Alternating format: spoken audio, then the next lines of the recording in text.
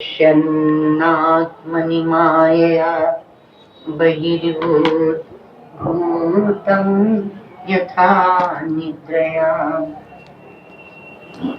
यः साक्षात् कुरुते प्रबोधसमये स्वात्मानमेवाद्वयम् तस्मै श्रीगुरुमूर्तये नमः इदं श्रीदक्षिणामूर्तये।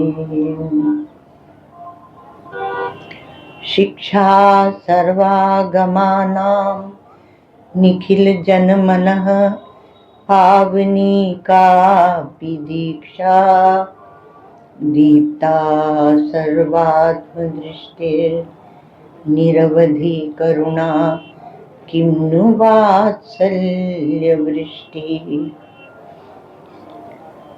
निष्ठा ब्रह्मात्मविद्या द्युतिदलिततमस्तोमविद्वन्मणीनां श्रीपूर्णानन्दतीर्थो जगति विजयते सत्प्रतिष्ठा यतीनाम्। अखंडानंद संभवे ब्रह्ममूर्तये सुधास्मित समाश्लिष्ट नेत्रांत स्फूर्तये नमः।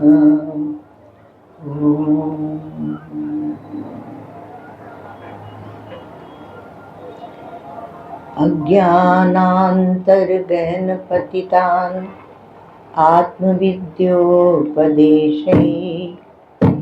त्रातुं लोकान् भवदवशिखा तापपापच्यमानान् मुक्त्वा मौनं वटविटपिनो मूलतो निष्पतन्ति शम्भोर्मूर्तेश्चरति भुवने शङ्कराचार्यरूपा। श्रुतिस्मृतिपुराणानाम् आलयं करुणालयं नमामि भगवत्पादं शङ्करं लोकशङ्करम्। नमामि भगवत्पादं शङ्करं लोकशङ्करम्।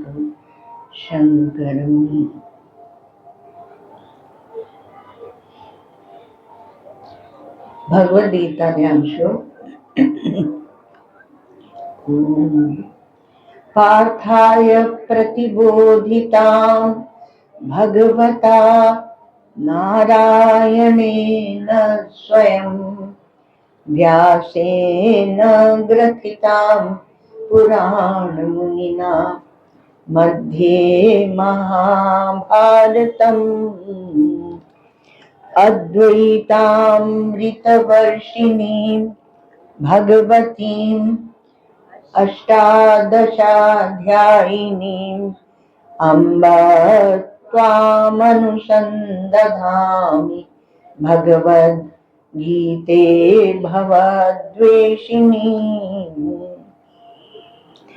नमोऽस्तु ते व्यास विशालबुद्धे फुल्लारविन्दायत पत्रनेत्र येन त्वया भारत तैलपूर्ण प्रज्वालितो ज्ञानमय प्रदीपा प्रपन्न पारिजाताय स्तोत्रवेत्रैकपाणये ज्ञानमुद्राय कृष्णाय गीतामृतदुहे नमः।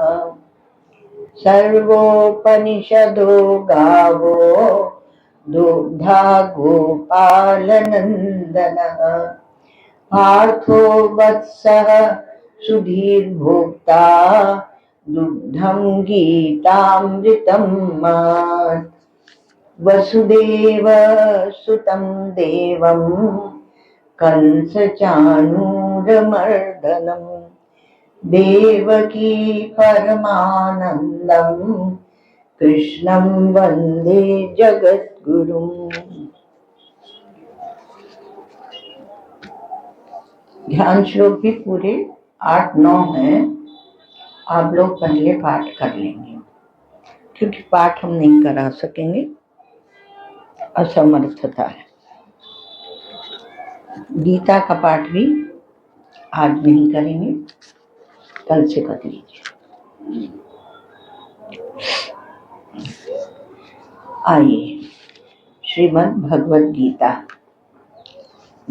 श्री भगवान के द्वारा गाया हुआ गीत। यह जो भगवान के द्वारा गाया हुआ गीत है, तो इसमें कहते हैं कि गीता सुगीता कर्तव्या कि मन्ने शास्त्र विस्तरे। गीता एक संगीत है। आप जानते हैं करते का हमेशा अभ्यास किया जाता है। जो संगीत स्वर विज्ञान के जानकार हैं प्रातः उठ के अभ्यास करते हैं।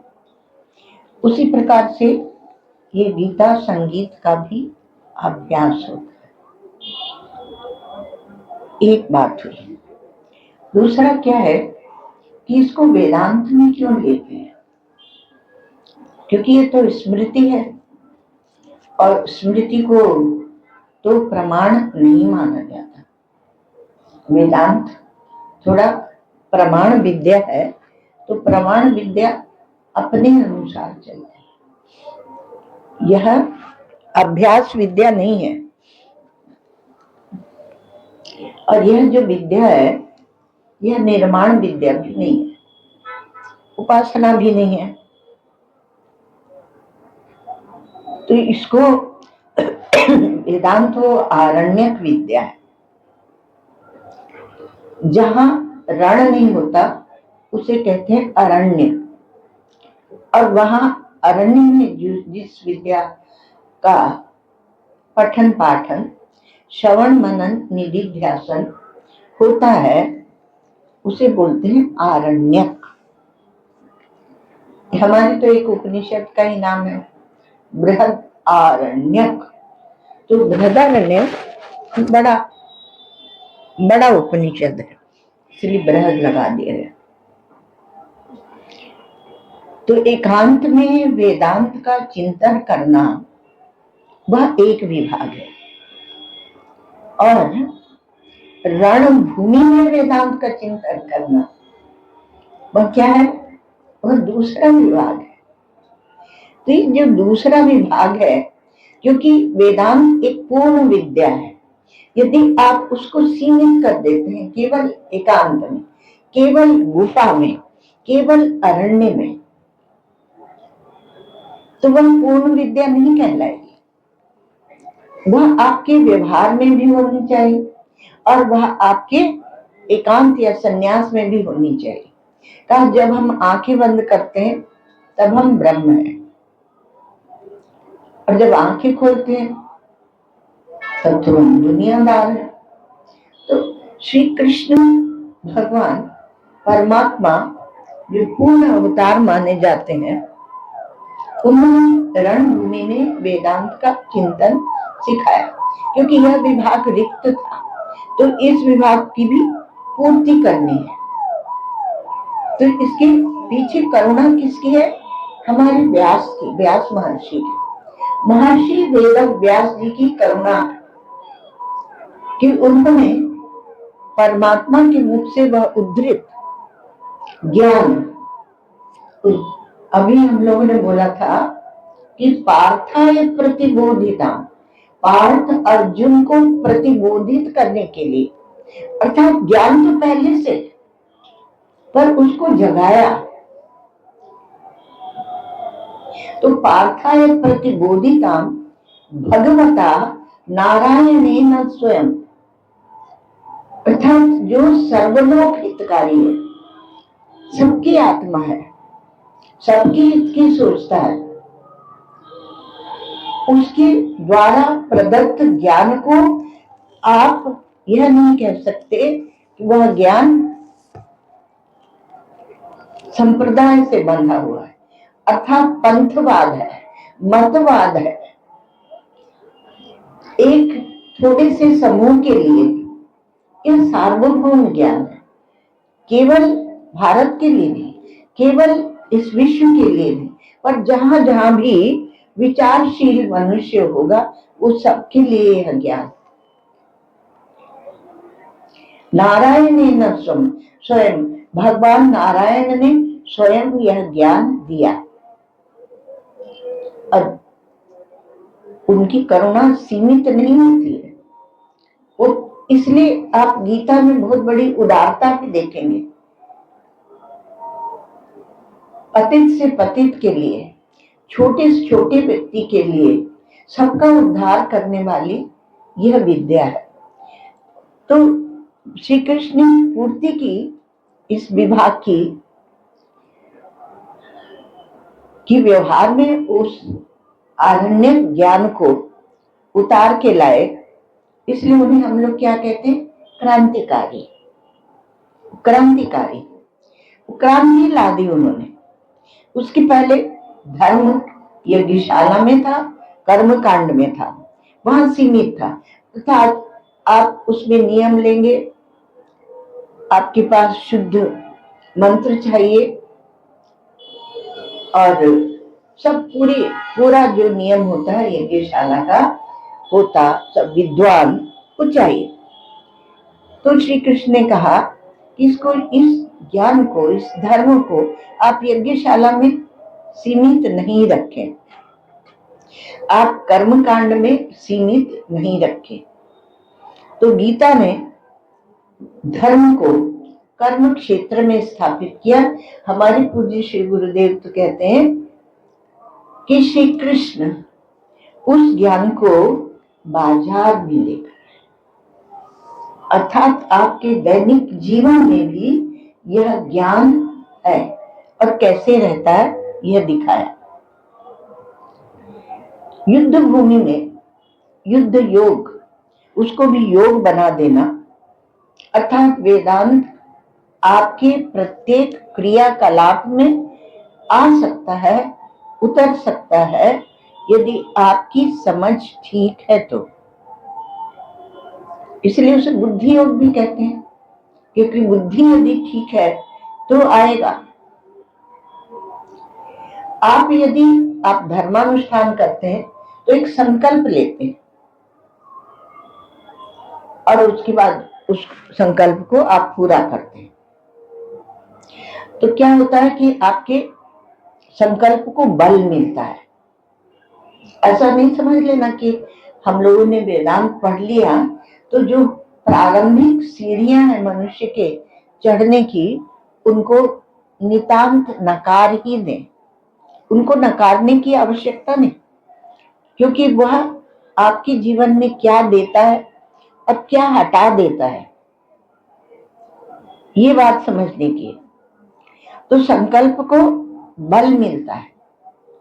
एक तो आप संकल्प करते, उसको बल मिलता है, नहीं तो आपके संकल्प में बल ही नहीं होता तो जो भी नियम आप लेते हैं बहुत जल्दी से थोड़ा सा प्रलोभन हुआ और आप छोड़ देते हैं। तो थोड़ा सा आकर्षण किसी ने दिखाते हैं कि वो क्या 2 पैसे दिए तो आप अपने संकल्प को छोड़ देते हैं। निर्माण जगत का नहीं करना, निर्माण ये दुनिया का नहीं करना है, निर्माण अपने हृदय का करना है। और आपके पास समय कम है तो बाद में कर लेंगे नहीं, अभी इसी समय से संकल्प कीजिए भगवान श्री कृष्ण के सामने कि हम अपने हृदय का निर्माण करेंगे। आप कहते हैं कि उसने ऐसे किया इसलिए हमारा नियम टूट गया। नहीं, आपके संकल्प में बल नहीं था, दृढ़ता नहीं थी, पवित्रता नहीं थी, इसलिए आपका संकल्प टूट गया। तो धर्म में क्या होता है? छोड़ना और पकड़ना होता है। कुछ आप छोड़ते हैं और कुछ आप पकड़ते हैं। धर्म में कुछ देना पड़ता है और कुछ नियम ग्रहण करने पड़ते हैं, और ये किससे पूरे होते हैं? आत्मबल से।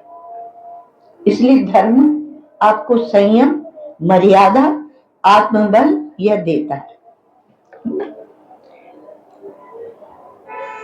यदि आप नियम का छोटे छोटे नियम लेते हैं, नियम का पालन नहीं कर सकते, तो आगे वेदांत की क्या बात करेंगे?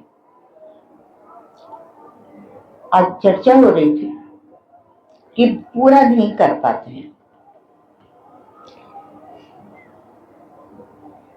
अपरोक्षानुभूति में भगवान शंकराचार्य कहते हैं, स्ववर्णाश्रम धर्मेण तपसा हरितोषणात् साधनम प्रभवेत् पुंसाम वैराग्यादि चतुष्टय। अपने वर्ण और आश्रम के धर्म का पालन करना और तपस्या। तपस्या क्या है? सहिष्णुता है। तपस्या सहन शक्ति है। जो हमने नियम लिया है उसका पालन करेंगे।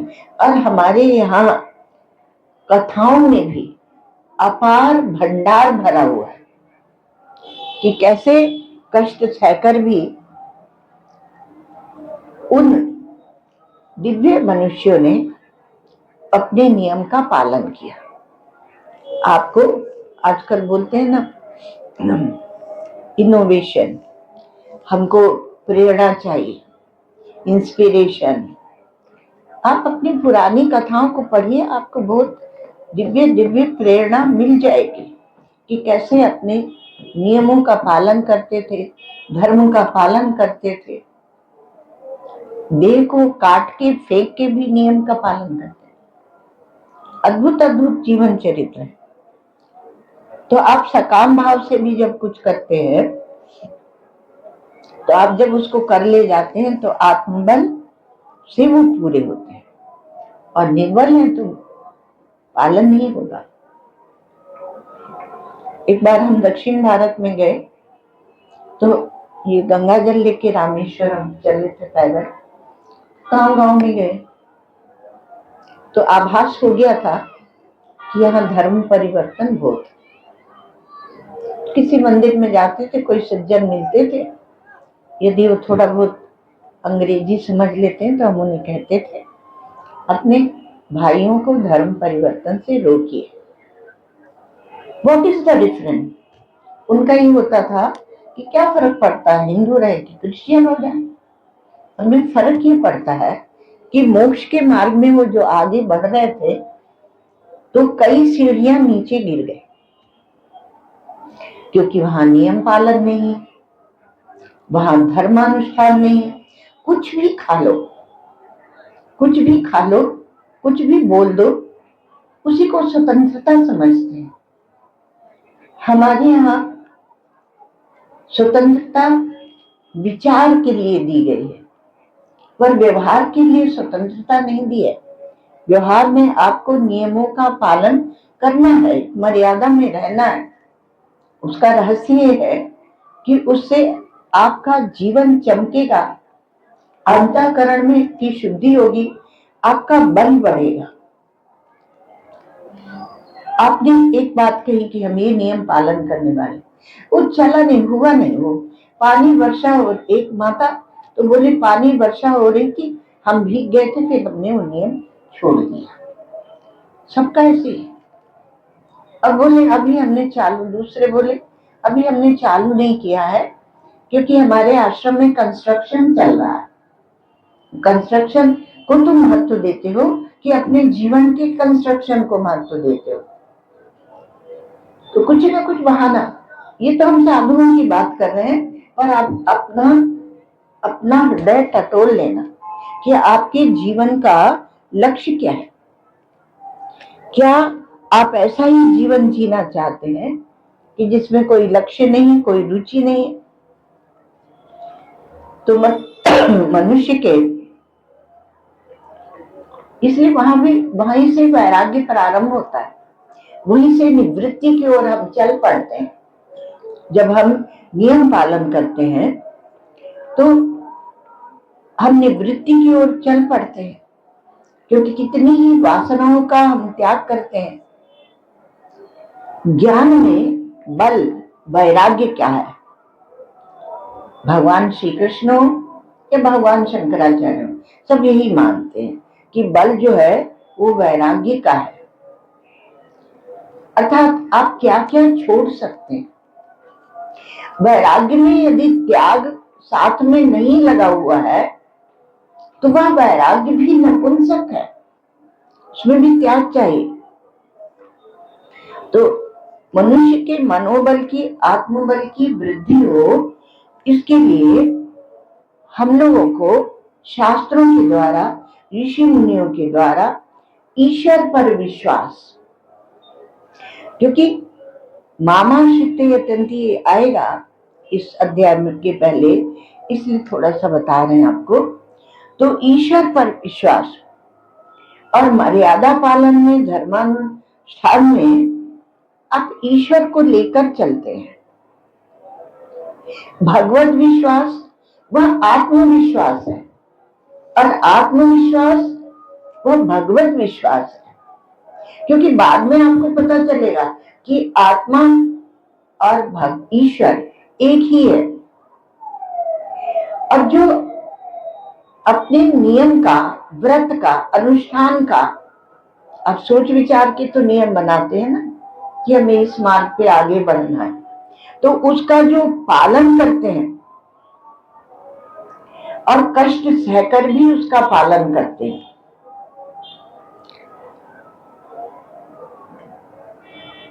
वो तो आगे बढ़ेंगे।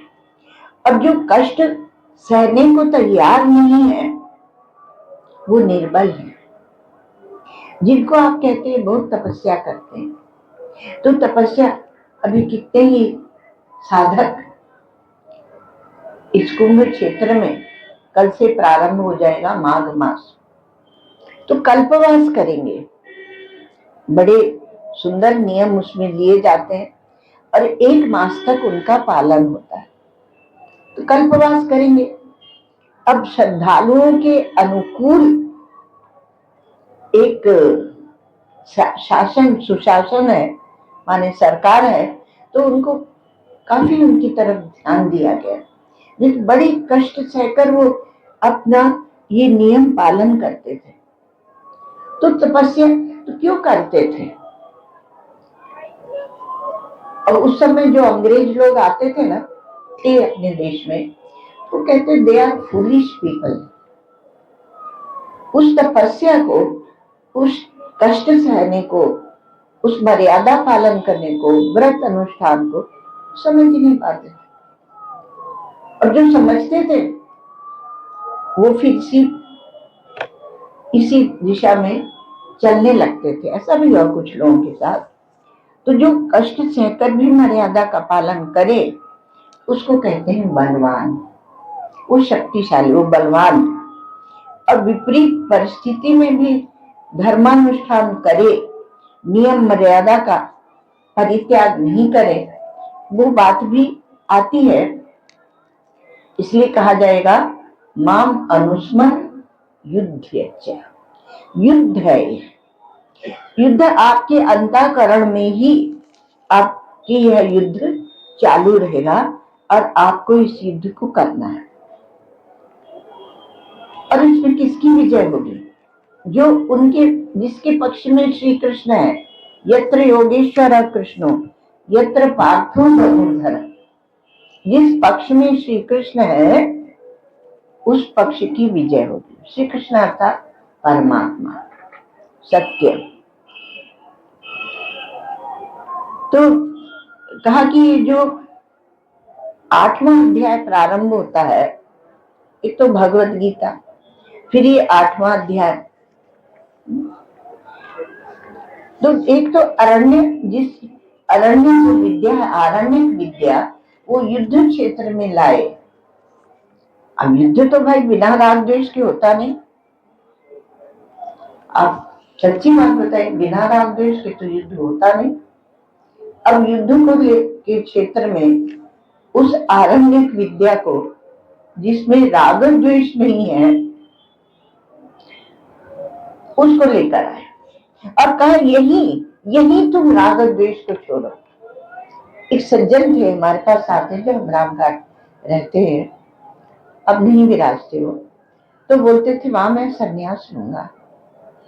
शरीर उनका ब्राह्मण का था, तो वो कहते थे मां मैं संन्यास लूंगा, लेकिन यहाँ नहीं, अतरौली में नहीं। जब मैं हरिद्वार जाऊंगा तभी मैं नियमों का पालन कर सकूंगा, तो यहाँ क्यों नहीं? तो बोले यहाँ बहुत मेरे राग द्वेष लगे हुए हैं, शत्रु बहुत है, उनसे भी निपटना है। और प्रेमी इतने थे, डॉक्टर थे वो महाराज, कि हम कोरोना के टाइम पे बंबई में थे तो हमें हर दूसरे दिन फोन करते थे, कहीं मत खिसकना, वहीं रहना, ये आपका बेटा आपको आदेश कर रहा है। थे बुजुर्ग थे पर माँ कहते थे उस नाते, आप कहीं मत खिसकना, कहीं जाना नहीं, भयंकर स्थिति। अब 10 दिन 15 दिन हो गए, 10 दिन, और उनका फोन नहीं आया। हमारे दिमाग में कुछ खटका, तो हमने अंजू को फोन किया। हमने कहा डॉक्टर साहब कैसे हैं? रोज फोन करके कहते थे कि खिसकना नहीं। बोले माँ वो तो चले गए, और कोरोना से वो खुद ही चले गए। हमें कहते रहते थे तुम बचना, हमारी चिंता में लगे रहते थे और खुद ही चले गए। तात्पर्य है कि किसी के जीवन का कुछ निश्चय तो है नहीं कि आप सोचें कि जब हम हरिद्वार जाएंगे तभी हम वैराग्य को पुष्ट करेंगे। आप जहां वहीं कीजिए, श्री कृष्ण का ये आदेश है, युद्ध भूमि में है तो यही तुम राग द्वेष का त्याग करो। अर्जुन से कह रहे हैं जो युद्ध करने के लिए प्रवृत्त है, तो युद्ध को तुम राग द्वेष प्रेरित नहीं न मान के उसका जो धर्म का दृष्टिकोण है उसको समझ लो, और उसको समझ के तब तुम युद्ध करो। माम अनुस्मर युद्धस्य, ये 8वें अध्याय का विशेष है। 8वां अध्याय जो अक्षर ब्रह्म योग है, तो इसमें खास तस्मात् सर्वेषु 7वां श्लोक है, तस्मात् सर्वेषु कालेषु माम अनुस्मर युद्धस्य, अपने युद्ध को तुम करो।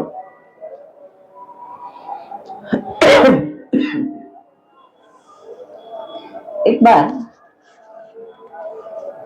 अभी कुछ ही दिनों के अंदर की बात है,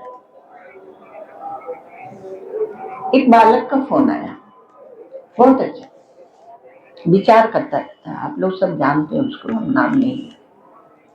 तो उसने कहा कि माँ मैं अपनी मोटरसाइकिल में अपने घर जा रहा, तो मैं सोच रहा था कि माया क्यों बनाई भगवान ने, ये माया का उद्देश्य क्या है, माया का उद्देश्य क्या है। तो फिर मुझे कुछ सूझा, तो मैं मंदिर, अपने घर में जो मंदिर होता है वहां गया और वहां उस प्रश्न को रखा, तो वही उत्तर मिला जो मुझे था कि माया बनाई ईश्वर ने। भूत वेदांत का सत्संग उसने सुना नहीं है, पर माया बनाई ईश्वर ने सृजन के लिए, अर्थात सृष्टि करने के लिए। तो जो जीव है, जीवन है मनुष्य का, उसका उद्देश्य क्या है? उसका उद्देश्य क्या है कि वो माया में ही लिप्त रहे, अथवा तो हम लोग ये कहते हैं कि माया से मुक्त होना है, तो हम चाहते हैं मुक्ति। तो जीवन का उद्देश्य क्या हुआ? मुक्ति। और माया का उद्देश्य क्या हुआ? सृजन, सृष्टि। तो हम चाहते हैं सृष्टि से मुक्ति और माया चाहती है सृष्टि, तो हम दोनों का रास्ता अलग अलग हो गया। क्या ये ठीक है? हमने कहा बहुत सुंदर, तुमने ठीक ही सोचा है। तो बोला हमें लगा कि रास्ते अलग अलग हो गए, वो चाहती है, वो बीए पढ़ रही है और हम बीएससी पढ़ रहे हैं, और हम जाके बार बार उसी की क्लास में बैठ जाते हैं, तो हमारी बीएससी की पढ़ाई कैसे पूरी होगी? तो ऐसा उस बालक ने सोचा। तो हमने कहा कि हाँ, बहुत अच्छी बात तुमने सोची है। उल्टे ही रास्ते हम चले जाते हैं, जिधर जाना उधर ना जाके और दूसरे उल्टे ही रास्ते चले जाते हैं, क्योंकि दुनिया को देखते हैं और इसमें हम नफरत करते हैं, इसमें हम मोहब्बत करते हैं, मतलब मोह करते हैं। तो नफरत जो होती है वो हमारे दिल में शांति को, हमारी खुशी को, आनंद को चुरा लेती है।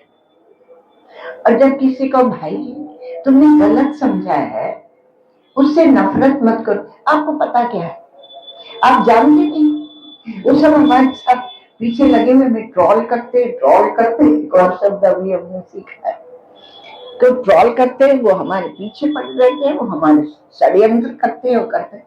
अरे अपने दिल को खुश रखो, 2 दिन जीना, क्यों इतना वो करते हो? तो आपकी असली संपत्ति जो है वो आपका ज्ञान है और आपका अनुभव है, ये आपकी असली संपत्ति है। तो इसे बढ़ाते रहो। हमारे श्री उड़िया बाबा जी महाराज का अभ्यास पर बहुत जोर था। वो कहते थे अपना ब्रह्माभ्यास करते रहो। कुछ विचारक कहते महाराज जी, जब ज्ञान हो गया तो वस्तु सत्य है ही है, अब उसमें अभ्यास क्या करना है? अभ्यास तो ये मन बुद्धि करेंगे ना, और वो मन बुद्धि तो हो गए बाधित, अर्थात आभास मात्र हो गए, उनका कोई स्थान नहीं है। फिर अब आप कहते हो कि ब्रह्माभ्यास करते रहना चाहिए। ब्रह्माभ्यासम विदुर बुधा, कितने श्लोक श्री उड़िया बाबा जी महाराज बोलते थे। तो तच्चिंतनम तत्कथनम अन्योन्य तत्प्रबोधनम एतद एक परत्वम च ब्रह्माभ्यासम विदुर बुधा। और भी है श्लोक ब्रह्माभ्यास के, तो बोलते रहते थे, क्योंकि वो किसी को कहीं टिकने नहीं देते थे, रुकने नहीं देते, आगे बढ़ो आगे बढ़ो। तो आप अपना जीवन कौन सा जी रहे हैं? 8वें अध्याय में प्रवेश करने के पहले आपको, क्योंकि 8वें अध्याय में प्रश्न से प्रारंभ है, अर्जुन ने प्रश्न पूछे, तो प्रश्न का बीज आया कहां से? जो जगत गुरु भगवान श्री कृष्ण जो है, कृष्णम वंदे जगत गुरु, उनकी चतुराई है कि वो खुद ही अर्जुन के अंदर प्रश्न का बीज डाल देते हैं, और बहुत चतुर है, तो वो डाल देते हैं, तो अर्जुन को प्रश्न पूछना पड़ जाता है। और बिना प्रश्नोत्तर के इसमें गति नहीं है वेदांत में। आपके अंदर प्रश्न उठने चाहिए। तो ये प्रश्न भगवान भाष्यकार इसमें प्रारंभ भी करते हैं कि जो अर्जुन ने प्रश्न पूछे हैं, प्रश्न का बीज तो स्वयं श्री कृष्ण ने डाला है। तो उसमें आप देखें, तो उसमें तो पूछ रहे हैं कि तद ब्रह्म की अध्यात्म, पर ये आया कैसे है? तो 7वें अध्याय में आप श्लोक देखिए 27वां, तो वहां कहते हैं 27, 28, 29 ऐसे 3 श्लोक 4 श्लोक देख लें, तो कहते हैं कि इच्छा द्वेष केवल अनुवाद सुनाएंगे आप थोड़ा थोड़ा। इच्छा द्वेष समुत्थेन द्वंद्व मोहेन भारत सर्वभूतानि सम्मोहम सर्गे यान्ति परम तप। भगवान कहते हैं कि इच्छा और द्वेष क्या हो गया? ये राग और द्वेष, जिसे हम चाहते हैं उससे होता है राग। आज पूछ रहे थे हमारे एक साथ कि राग द्वेष क्या होता है? तो राग द्वेष क्या है?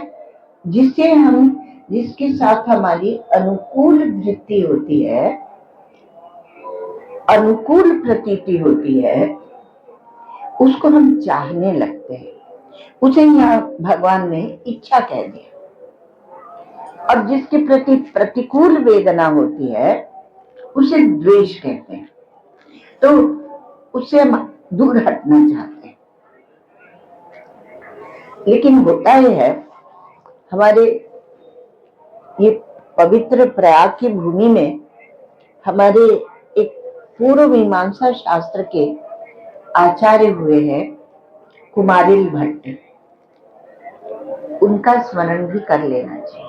आ गया है अपने आप, क्योंकि उन्होंने यहाँ पर बहुत घनघोर प्रायश्चित किया था, कोई कर नहीं सकता वैसे, क्योंकि ये पूर्व मीमांसा है, वह शास्त्र उसकी मर्यादा भी बनी है। तो वो कहते हैं कि जिसको हम गांव में नहीं रखना चाहते, वो गांव में ना रहे, वो शहर में ना रहे, वो संसार में ना रहे, इतना उससे द्वेष करते हैं और उसी को अपने दिल में बिठा के रखते हैं, उसी को याद करते रहते, तो उसी को दिल में बिठा के रखते हैं। तो बोली ये कैसी बात है भाई कि उसी को हम अपने हृदय में बिठाए रहते हैं। तो उसको दिल में मत रखो, क्योंकि वह आपकी खुशी, आपके आनंद को चुरा लेगा। तो वो हमारे कुमारिल भट्ट हैं, पूर्व मीमांसा के आचार्य हैं। तो इच्छा द्वेष समुत्थेन, अब जैसे ही राग द्वेष आपके चित्त में आए, संसार में कुछ भी नहीं है, ये तो स्वप्नवत है, प्रतीति मात्र है, पर राग द्वेष करके हम इसे ठोस करते हैं। इसे ठोस हमने किया, ये सब कुछ हमारा ही विजृंभण है, हमारे मन का फैलाव है। तो हम उसको क्या करते हैं, उसी को देखते रहते हैं, अपने ही मन से फैलाया और अपने ही मन को उस फैलाव को देखते रहते हैं। तो ये द्वंद्व दो हो गया और इससे हुआ मोह। अब हमें कुछ सूझता नहीं, और इसी से सर्वभूतानि सम्मोहम सर्गे यान्ति परम तप, है कुछ नहीं है, फिर भी सम्मोह को प्राप्त हो रहे हैं, मूढ़ हो रहे हैं, और फिर इसलिए एक के बाद एक उसमें सृष्टि में भ्रमण करते रहते हैं। तो कैसे होगा इसका? तो आगे के श्लोक में भगवान कहते हैं कि येषां त्वन्तगतं पापम जनानां पुण्य कर्मणां, जो पुण्य कर्म करते हैं उनका पाप निवृत्त होता है, अंत को प्राप्त होता है। कोई ये नहीं कहे कि पाप कभी खत्म होता ही नहीं। वी आर बॉर्न विथ सिन। एक हमारा पंथ मजहब ऐसा है, वो कहता है वी आर बॉर्न विथ सिन। वो सिन को इतना महत्व देते हैं और कहते हैं कि वो प्रॉफिट या वो अवतार जिन्होंने आपके पाप के लिए सूली में चढ़ गए और अपना रक्त बहाया, उनकी शरण में जाओगे तभी पाप धुलेंगे, नहीं तो पाप नहीं धुलेंगे। एक बार हम लोग एक कोई डॉक्टर के पास जाते थे, एक महात्मा भी थे हमारे साथ, तो वो बोलते थे कि हम ब्राह्मण थे वहाँ तमिलनाडु में, फिर हम उससे ये अमुक मत प्राप्त कर लिया। तो कहा कि तुमने क्यों बदला अपना धर्म? ऐसी बातचीत होती थी, वो कुछ हमारे कोई फिजियोथेरेपी कराते थे हाथ पाथ की। तो बोले क्योंकि हमें पता चला कि हमारे पाप को धोने वाला और कोई देवता नहीं है, यही एक देवता है जो पाप को धो रहा है, और उसने उसके लिए शूली पे चढ़े अपना खून दिया। तो महात्मा जी बोले हमारे यहाँ तो हमारी नदियां ही पाप धो देती है, किसी महापुरुष का रक्त लेने की हमें आवश्यकता नहीं कि हम किसी महापुरुष का रक्त ले, खून ले, उसके लिए उसको शूली पर चढ़ाए, फिर उसके खून से अपने पाप धोए। तो हमारी नदियां ही है, गंगा जमुना, ये प्रयागराज तीर्थ, ये पाप को धो देगा। अब एक बार पूरी श्रद्धा और विश्वास तो कीजिए कि हमारे पाप धुल गए। तो येषां त्वन्तगतं पापम जना नाम पुण्य कर्म नाम, जो पुण्य कर्मा है और उनके पापों का मतलब लगभग अंत हो गया। भाषा है ते द्वंद्व निर्मुक्ता, ये द्वंद्व के मोह से, ये जो धर्म अधर्म राग द्वेष सब द्वंद्व है, सुख दुख मान अपमान, इनसे निर्मुक्त हो जाते हैं। फिर क्या करते हैं, कब भजनते माम दृढ़ व्रता। अब चर्चा चली थी कि फिर वो करेंगे क्या, जब वासना ही नहीं रहेगी, जब राग द्वेष ही नहीं रहेगा तो क्या करेंगे। तो यहाँ भगवान उत्तर दे रहे हैं कि द्वंद्व मोह निर्मुक्ता, क्योंकि बिना राग द्वेष के हम कुछ कर्म जैसे कर ही नहीं सकते, तो हम तो बहुत दीनहीन हो गए, हमारी तो कोई स्वतंत्रता ही नहीं है।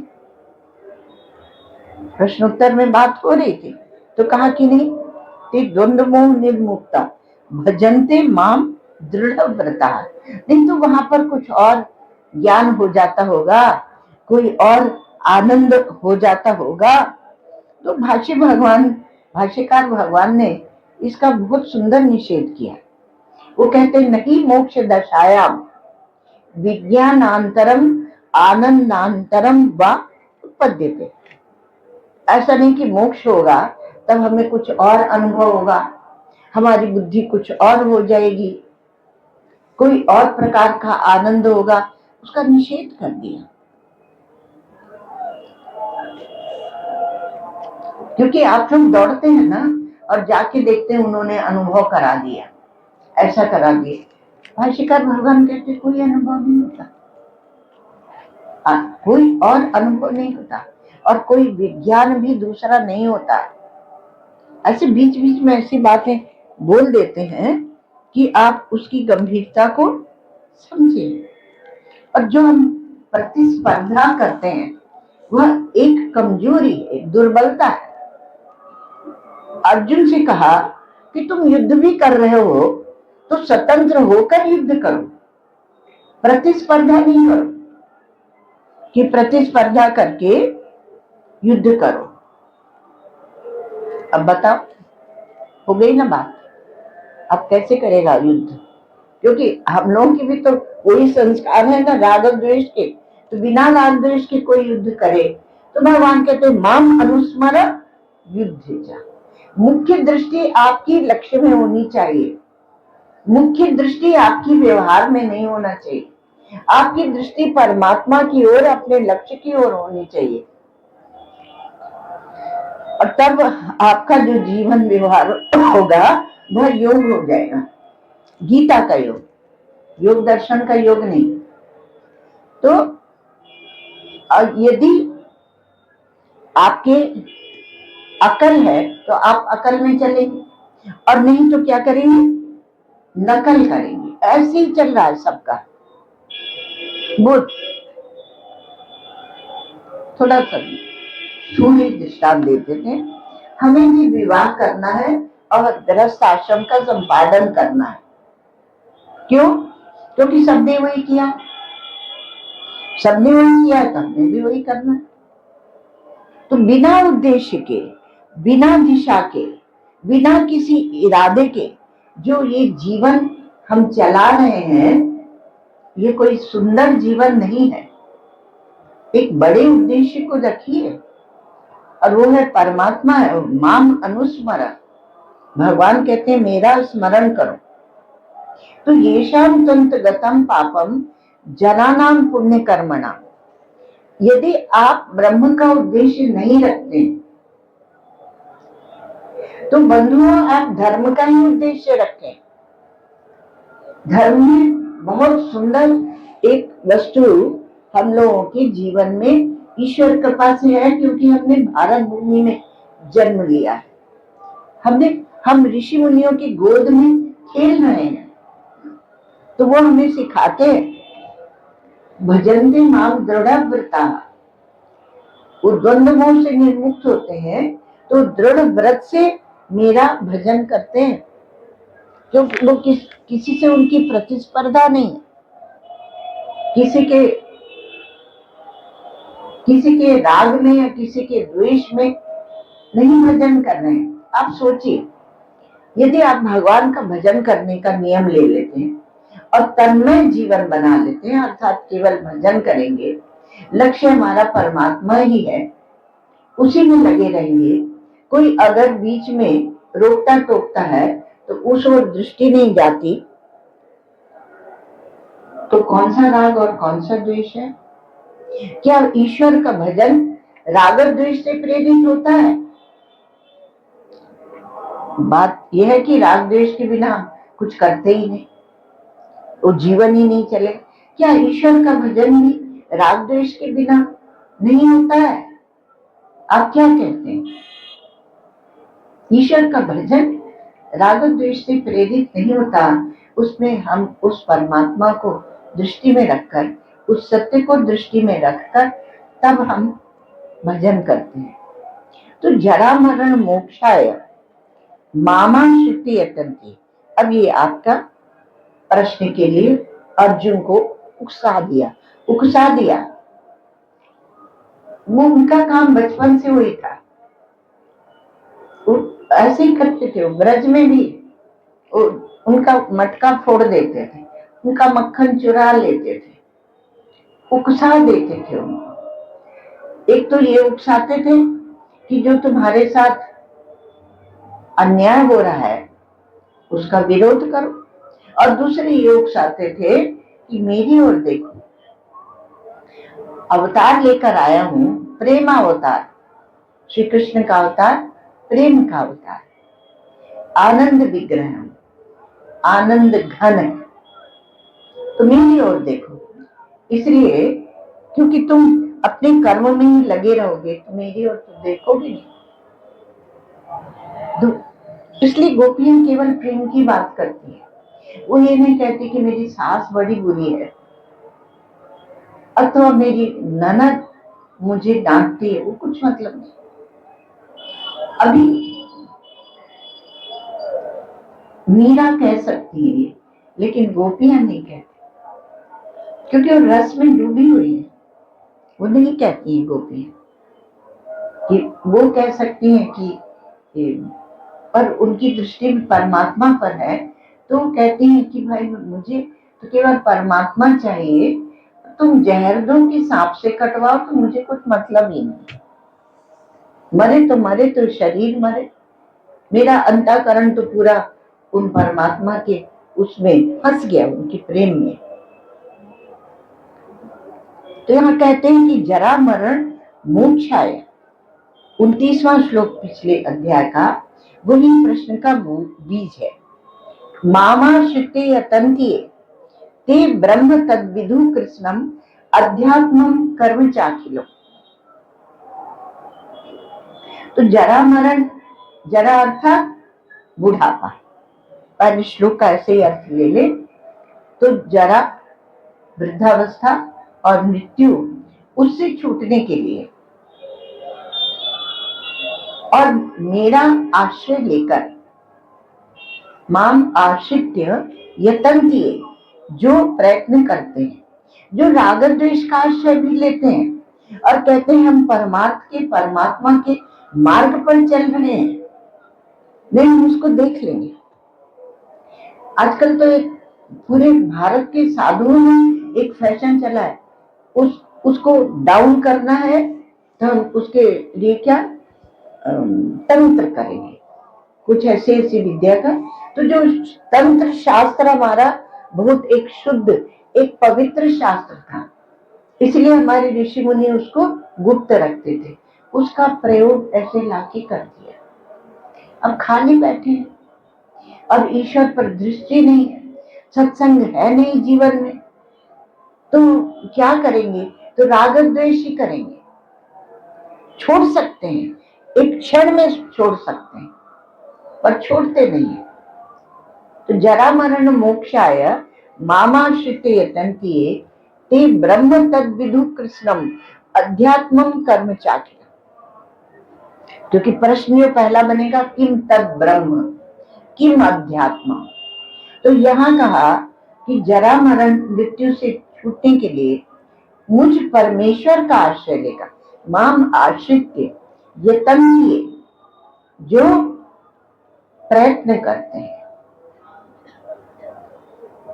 करते हैं, लेकिन प्रयत्न करते हैं तो महाराज अपने पौरुष का आश्रय लेते होंगे। तो कहा नहीं, मेरा आश्रय लेते हैं। माम आश्रित्य बहुत सुंदर है। माम आश्रित्य यतन्ते, मेरा आश्रय लेकर और यतन्ते अर्थात प्रयत्न करते हैं। एक दिन में नहीं होता कि एक दिन सवेरा होगा और कुछ आज वो कर दिया जाएगा चमत्कार और हम किसी और भूमिका में पहुंच जाएंगे। प्रयत्न आपको करना पड़ेगा। श्री कृष्ण भी प्रयत्न के पक्षपाती हैं और भगवान भाष्यकार तो है, सभी महापुरुष हमारे। तो कहते हैं कि मामाश्रित्य यतन्ति, जो प्रयत्न करते हैं, ते ब्रह्म तद विदु, वो उस ब्रह्म को जान लेते हैं। तद विदु कृष्णम, कृष्णम अर्थात पूरी तरह से जानते हैं। अध्यात्मम, अध्यात्म अर्थात आपके अंतरात्म में क्या विषय चलता रहता है उसको भी जानते हैं। और कर्म च अखिलम, और अखिल समस्त कर्म को भी वो जान लेते हैं। और तस्मात् सर्वेषु कालेषु, ये तो उसको फिर ले आए हम, माम अनुस्मर्य च, क्योंकि यदि आपको पूरे से जानना है तो स्मरण अर्थात लक्ष्य वही रखो। युद्ध करते हुए भी, युद्ध से भागते हुए नहीं, युद्ध करते हुए भी आपकी दृष्टि वही उसी परमात्मा में होनी चाहिए। महाराज ये तो बहुत कठिन है। श्री कृष्ण जो है ना, वो आपको सरल सरल ही बताते और सरल भी बताते हैं, क्योंकि आपको एक आलम्बन दे देते हैं कि आप भगवान के का स्मरण करके चलिए। दूसरी पंक्ति में कहते हैं, हाँ पहले जरा मरण मोक्षा को देख लें, तो कहा जरा अर्थात वृद्धावस्था। तो ये जरा है क्या? जब ये धारणा हो जाती है कि हमारे जीवन में अब कोई उत्साह नहीं, अब क्या करेंगे, अब तो बुढ़ापा आ गया, अब तो चलने की बेरिया आ गई, अब क्या करेंगे, तो कोई उत्साह नहीं है।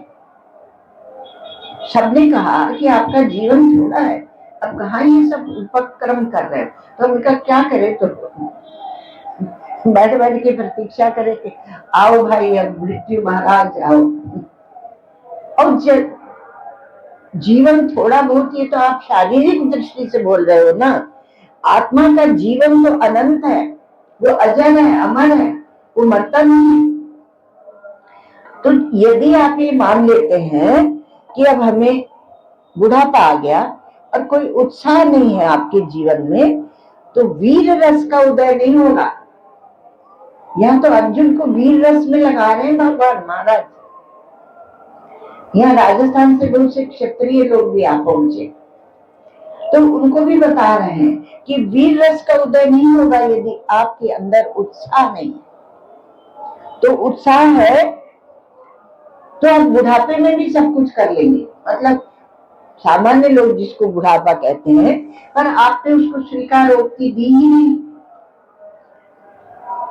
तो जगत कल्याण के लिए, उसके हित के लिए हम कुछ ना कुछ करते रहेंगे, अर्थात शरीर का सदुपयोग करेंगे, प्राणों का सदुपयोग करेंगे, मन बुद्धि का सदुपयोग करेंगे, तो उसको उसमें लगाए रहेंगे। जैसे कि आपके पास दृष्टांत है, ये महाभारत का युद्ध है, भीष्म पितामह भीष्म बहुत बुजुर्ग है, लेकिन बोले कि आओ मेरे सामने युद्ध करो, दिखा दूंगा। आज जो हरि ही अस्त्र न घाऊं, तो लाजो गंगा जननी को शांतनु सुत न कहाऊं। ऐसे प्रतिज्ञा करें, आज जो मैं यदि हरि को अस्त्र नहीं ग्रहण करवा दूंगा तो मैं अपनी गंगा माता को के लिए एक उनको लजाने वाला हो जाऊंगा और अपने पिता का पुत्र नहीं। ऐसा उत्साह था उनका।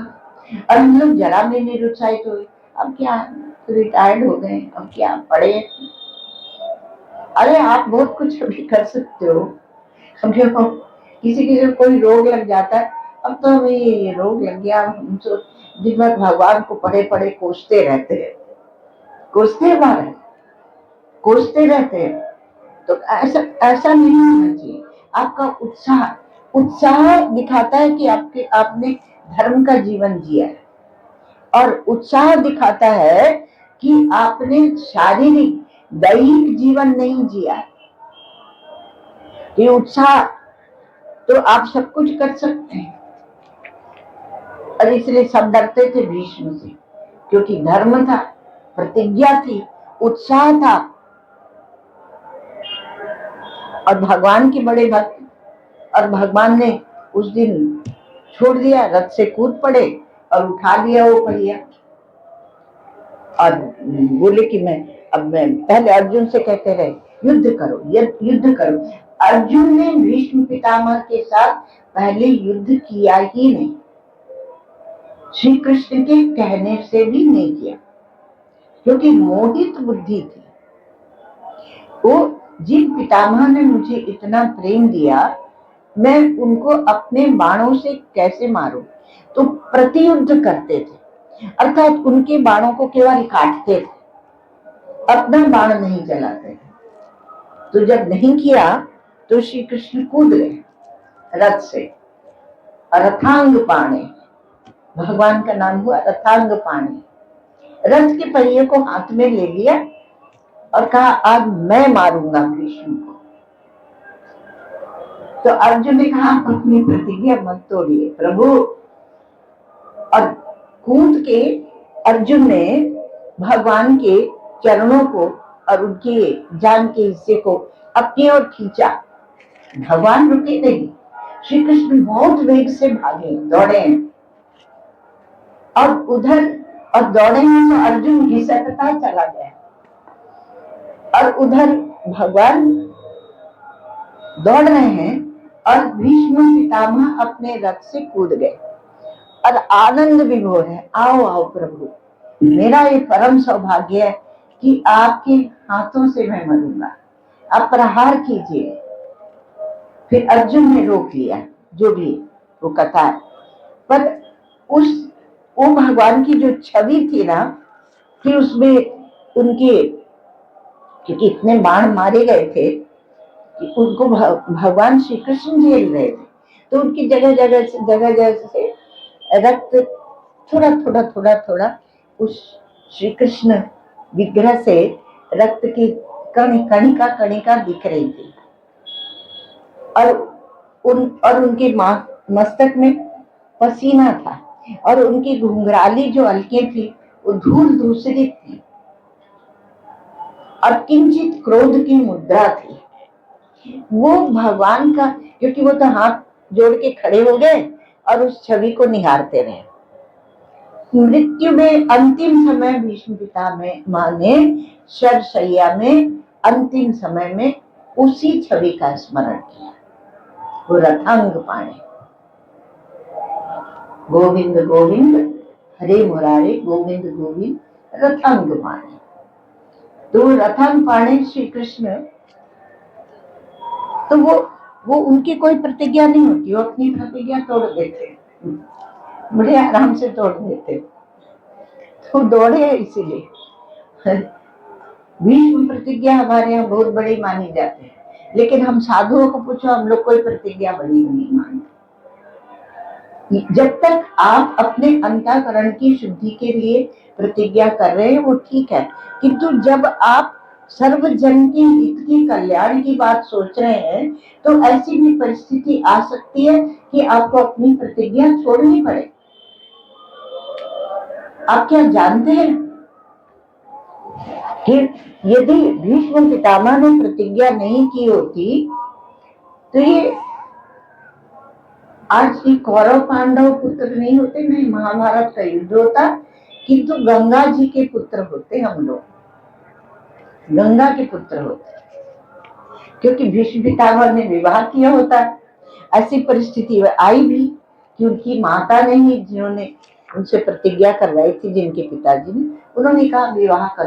अरे मैंने तो प्रतिज्ञा की है, तोड़ देते तो हम लोगों का भारत का बड़ा कल्याण होता, पर नहीं तोड़े।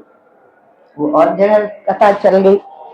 तो कहा कि वीर रस का उदय नहीं होता, तो बुढ़ापे में भी सब कुछ आप कर सकते हैं, ऐसा नहीं कि नहीं कर सकते।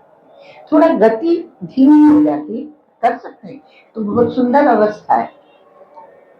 तो कहा कि बड़ा या वृद्ध कौन है, कौन बड़ा होता है? अब आपके अंदर आप देखना जरा, आप ब्राह्मण हैं कि क्षत्रिय हैं कि वैश्य हैं कि शूद्र हैं, आंतरिक होते हैं। हमारे यहाँ ये जो विभाजन है वो बाह्य भी है, स्थूल भी है, आंतरिक भी है, आध्यात्मिक भी है, सब प्रकार से, आदि दैविक भी है। तो जिसकी, जो हमारे शूद्र भाई होते हैं, हम ही लोग होते हैं, तो वो जो अवस्था से, वय से वृद्ध होते हैं, तो उनको बड़ा मानते हैं। हम लोग भी कहते हैं वो बुजुर्ग है, बड़े हैं, प्रणाम करो ना। तो अवस्था से जो बड़े होते हैं उनको बड़ा मानते हैं, वो शूद्र दृष्टि है। पर है व्यवहार में अपनी जगह महत्वपूर्ण है। और दूसरी दृष्टि होती है कि जो धन से बड़े होते हैं, आजकल तो वही दृष्टि कॉमन है, जो धन से बड़े होते हैं वो वैश्य दृष्टि होती है। Is the successful man. त्याग वैराग्य की महिमा नहीं रह गई, संस्कृति ने करवट ले ली है, तो इसलिए उसको बड़ा मानते हैं। ये दोनों व्यवहारिक है। लेकिन जो तीसरा है कि जो शक्ति से, बल से बलवान है, आजकल शक्ति और बल से कौन बलवान है? जिसको ज्यादा वोट मिलते हैं, जनबल, धन बल, ये सब बल होते हैं, तो उसको बोलते हैं क्षत्रिय दृष्टि है।